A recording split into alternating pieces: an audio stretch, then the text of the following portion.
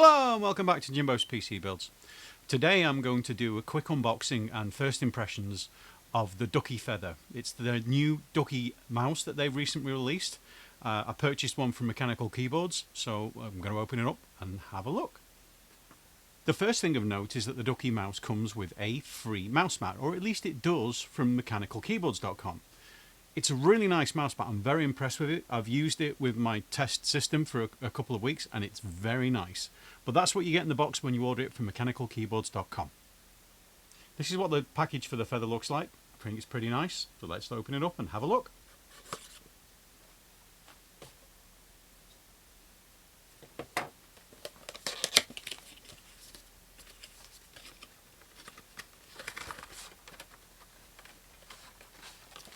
The first thing that falls out of the box is you get replacement feet, so you can change it over if you so desire.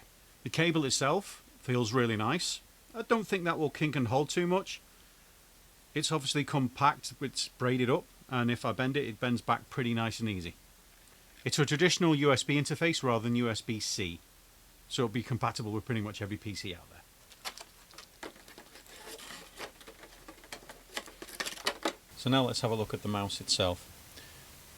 As you can see, I've put it on the Ducky Mouse mat.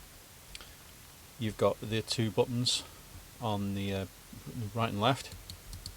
This is what the click sounds like. You've got the mouse wheel, which has got good resistance, which sounds like this.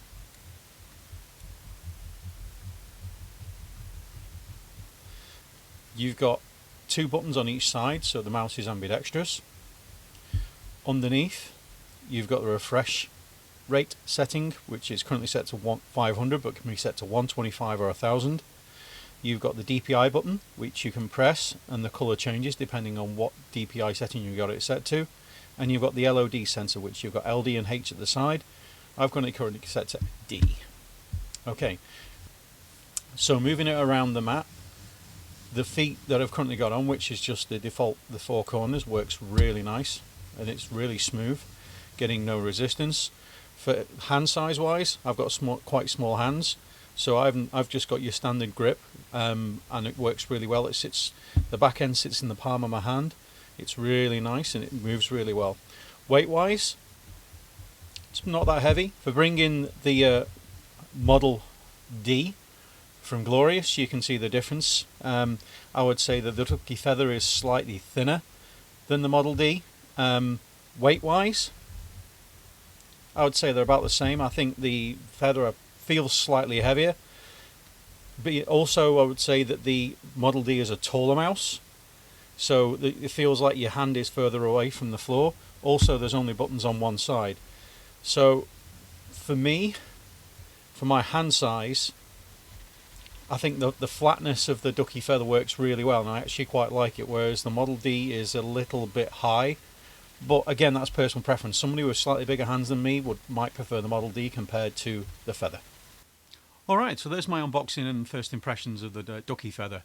I hope you found that useful, and I'll be doing further unboxings going forward.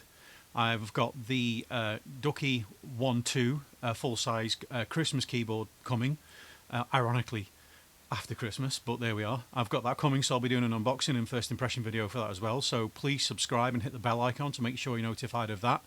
If you like this video and you want to see further videos covering mice and the unboxing and impressions and all that kind of good stuff, please let me know in the comments down below. Please like the video so we get the old bump up in the YouTube algorithm as always, because that's always a good thing. And as always, take care.